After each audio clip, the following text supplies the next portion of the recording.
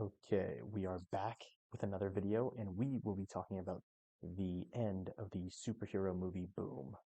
Uh, I think all the MCU was probably the biggest proponent of the superhero boom, which of course started in 2008 with other movies that came out that were very big at that time as well, like The Dark Knight. And I'm pretty sure Will Smith also had like a superhero movie at that time too. I think it was Hancock, I think. But basically the MCU started with that Iron Man movie, and of course there were big hits before that, like the previous Spider-Man movies and the X-Men movies. But the MCU started with Iron Man, and then it was followed up with Hulk and Captain America and Thor, and then eventually led up to the Avengers. And then from Avengers onwards to up until around Endgame, it was pretty much just Marvel's show, and DC pitched in and they tried starting their own universe, and other people started trying to do their own universe. Like I'm pretty sure Universal tried to do like the Dark Universe with like their monster movies, and so did Godzilla and Kong and all this stuff. Basically, trying to copy the Marvel formula. And for a while, this Marvel was just on top and the box office king. And of course, with when Endgame came out, it became the highest grossing movie of all time. And I think, they were at such a great area, but afterwards it didn't seem like they had a plan. It seemed like they had so many ideas of a plan, but they never could focus on one. And it just kind of started spiraling out into so many different directions with magic and multiverse and whatnot. And I think, Marvel had a couple big hits since Endgame, something like Spider-Man No Way Home, maybe Guardians 3, definitely Deadpool and Wolverine. But besides that, it isn't really going that smoothly. Of course, I think the most recent Marvel movie, I believe, was Deadpool and Wolverine. Maybe it was something else, but that's the one I remember the most recently. And that was definitely, a really nice breath of fresh air for the MCU. But we'll see how this next Captain America movie will do with Falcon being Captain America and Harrison Ford playing Red Hulk, which will be super sick to see. But we'll see if they can capture that magic again. And we've also seen the DCEU also kind of fall with them canceling a bunch of projects and kind of the lackluster ending to that as well. Another thing is Sony's Marvel movies were also trying to, pick up some steam as well. They were trying to get the ball rolling, and by far their biggest success, I would say, would be the Venom movies. Now, he is on the title, he is in the thumbnail, and we do got to talk about him because Venom had a pretty, pretty enjoyable, pretty okay first movie, and then the second movie, I think, just did a really good job of being a really fun, goofy movie with really cool action, and it utilized Carnage really well, I think, as a villain. And it was really cool to see Carnage up there on the big screen. And then Venom got a third movie earlier this year, or earlier, towards the later part of 2024, called Venom: The Last Dance. And I remember watching the trailer for the movie initially and not seeing where they were going to go. I knew that Null was a big deal from the comics, and he was, relatively recently introduced into the comics of Marvel, but I didn't think I just didn't know how they would top Carnage because Carnage is like the big bad, the end all be all for Venom, besides maybe Spider-Man as like a rival, as an opponent. But I didn't know what they were going to do going from Carnage to Null. And Null was maybe in the movie for like three scenes, and the movie just felt so it just felt so aimless. It felt like they had a planned an ending of the movie, but it just got thrown out. It felt like there was no direction in the movie at all. It just felt like he was kind of just going through the motions of, or Eddie in the movie was going through the motions of whatever the plot threw at him with these Venom dogs. And I don't know how we go from Carnage to Venom dogs. I'm sorry, but I think it's just kind of funny. Um, but I thought the movie had a pretty sad ending with Venom just randomly dying at the end.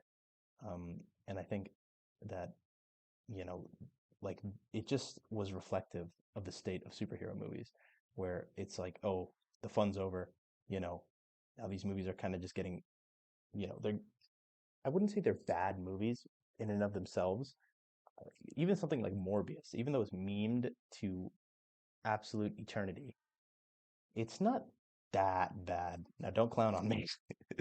It's not that bad. It's not like The Room level, It's not Dragon Ball Evolution. It's not, the Emoji Movie or something.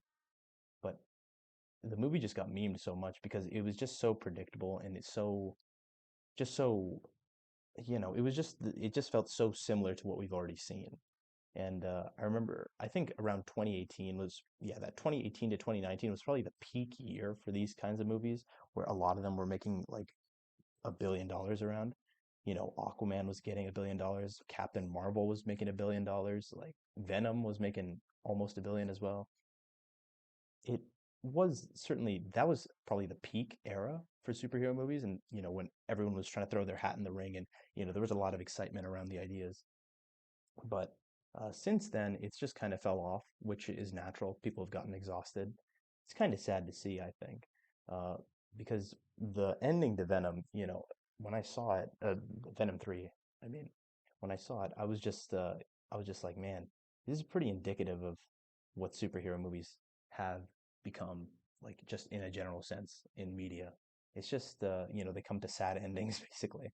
I do hope that they can go somewhere from here, but with James Gunn heading DC now, and his true big first reveal, his first impression will definitely be the Superman movie, which comes out later this May.